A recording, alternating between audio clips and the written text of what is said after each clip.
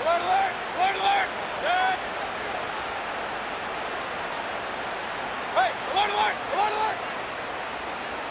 In motion right is Evans. Now a fake on the jet sweep, and they'll instead run up the middle.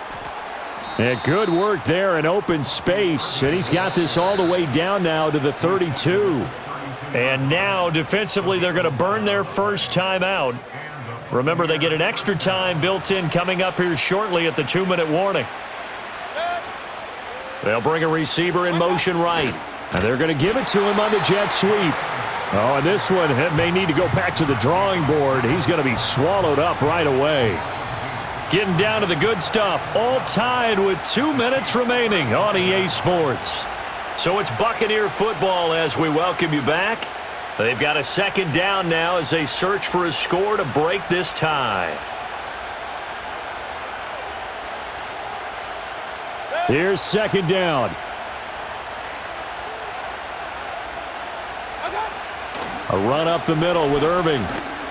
And this one also slow in developing as he's maybe getting back here to the line of scrimmage, but not much more than that.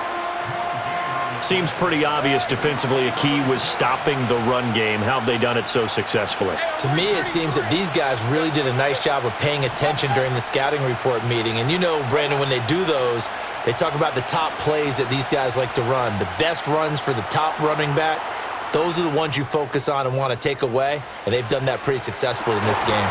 And this one is incomplete. And I know they would have loved to have had a touchdown there to give them some cushion. But now, kick the field goal. Get the lead. Let your defense bring you home. Show some faith in those guys on the other side of the ball. Got to avoid the flags defensively. Here's 4th and long.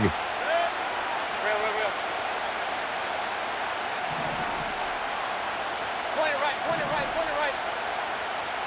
Regular, regular, regular. What's that? Now Mayfield. Oh, look at this. It's intercepted. And he'll take this across midfield and inside the 45. Well, we say it often, Charles, but not all interceptions are created equally, and that is a big one here in a tie ball game in the fourth quarter. And, Brandon, when games are this close, it usually comes down to the team making the fewest mistakes, and that was one of our mantras back at Tennessee. Coach Major used to say all the time, the team making the fewest mistakes will win. You've got to cut those down to give yourself an opportunity. 15.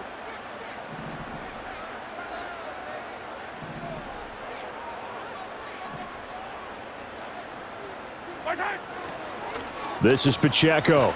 And he'll take this ahead for about 4. Second down coming up. Now the Bucs going to use the first of their timeouts as they get the stoppage with just over a minute to go in the game. 2nd and 6 coming up.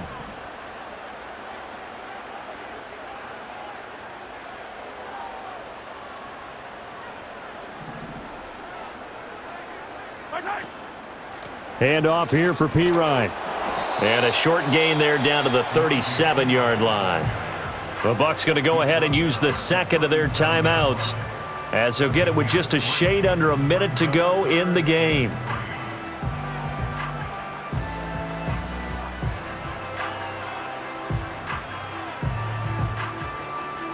Boy, here's a big one. You can just feel it. This is 3rd down now.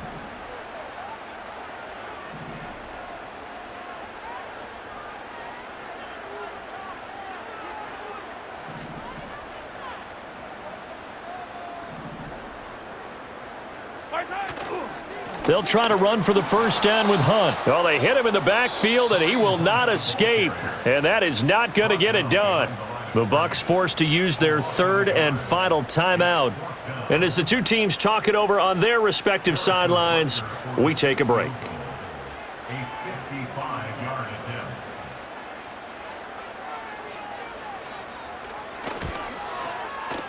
And that one's not going to get there. Not enough juice. An ambitious effort, but it's well short. And a costly one there as this game remains tied here in the 4th.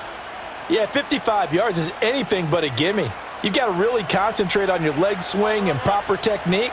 This time, though, he's unable to convert. The Tampa offense ready to get their drive started. They need to get this around the 40 on the other side to get into field goal range.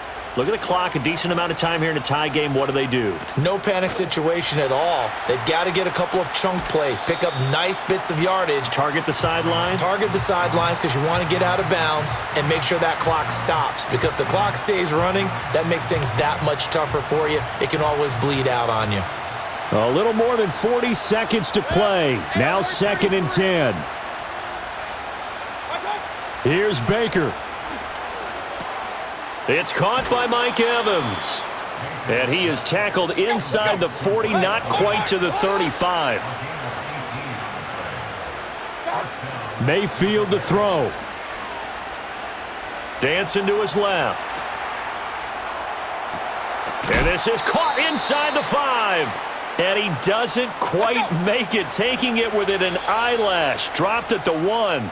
Final whistle blows, and we need some extra time here to decide who will be the victor. 60 minutes, just not enough some days to decide who's going to win the game.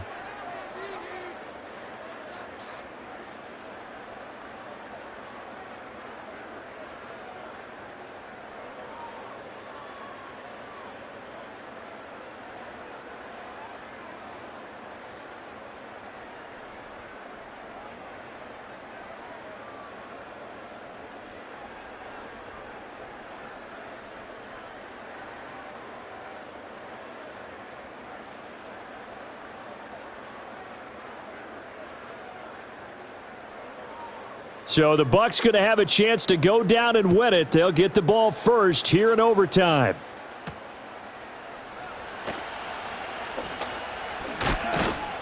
And a nice return sets him up pretty good here right at the 30-yard line.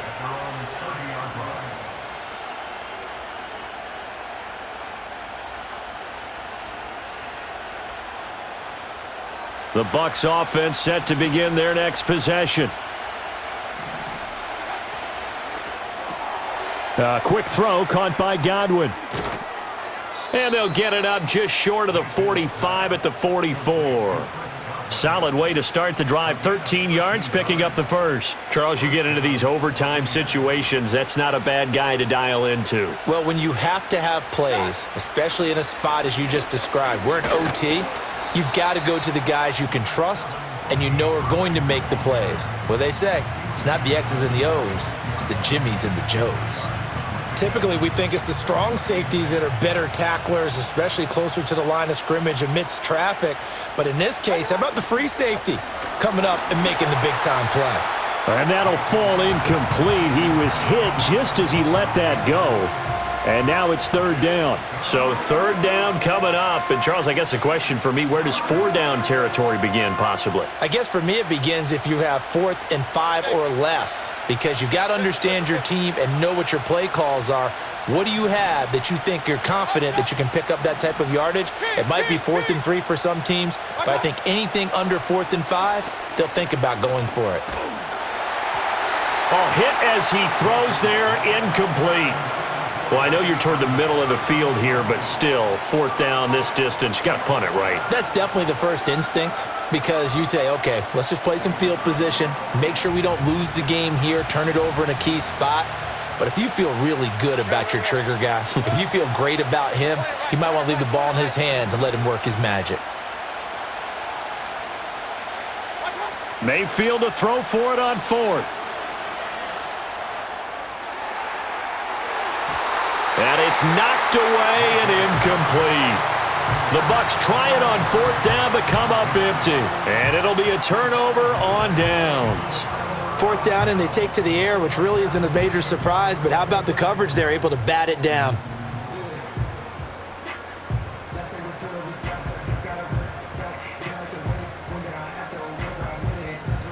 First and 10, and they've got 3 tight ends out there. A jumbo package look.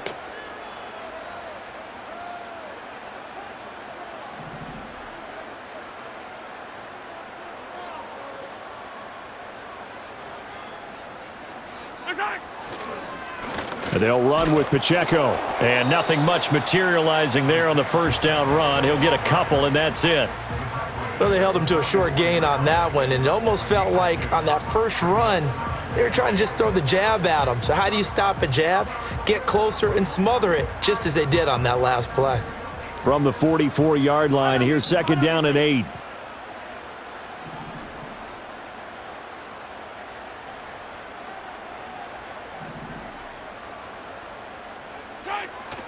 Here's Pacheco once again. And a nice run. They're going to take this close to the first down marker at the Bucs 38. Hey,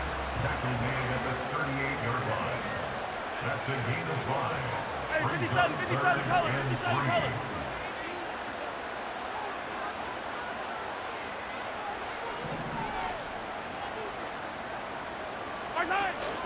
On third down, it's Pacheco. He's not going to get there. That won't even be close. It was blown up in the backfield. An interesting and intriguing decision there defensively because they kept extra DBs on the field despite seeing the multiple tight end look that came out for the offense. I thought they were going to switch out of it. I didn't know if they felt they didn't have time or what the case was. Well, in any event, the extra speed allowed for great penetration as they stuffed that one behind the line of scrimmage.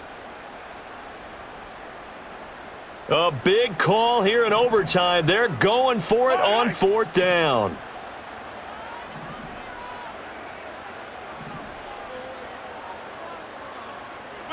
What can Mahomes do now with his overtime drive? And they hit him as he throws, as this one's going to go straight down to the turf. Incomplete.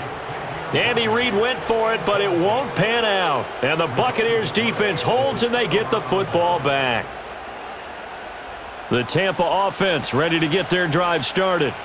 Well, this is a pretty rare situation here, Charles. You get into overtime, neither team coming through with even a field goal on their first drive, so now sudden death with the time remaining. Next score wins. And now I would say that going at it might be a little bit easier for both teams now because they've There he goes, right side. Chris Godwin, and he is in for the score.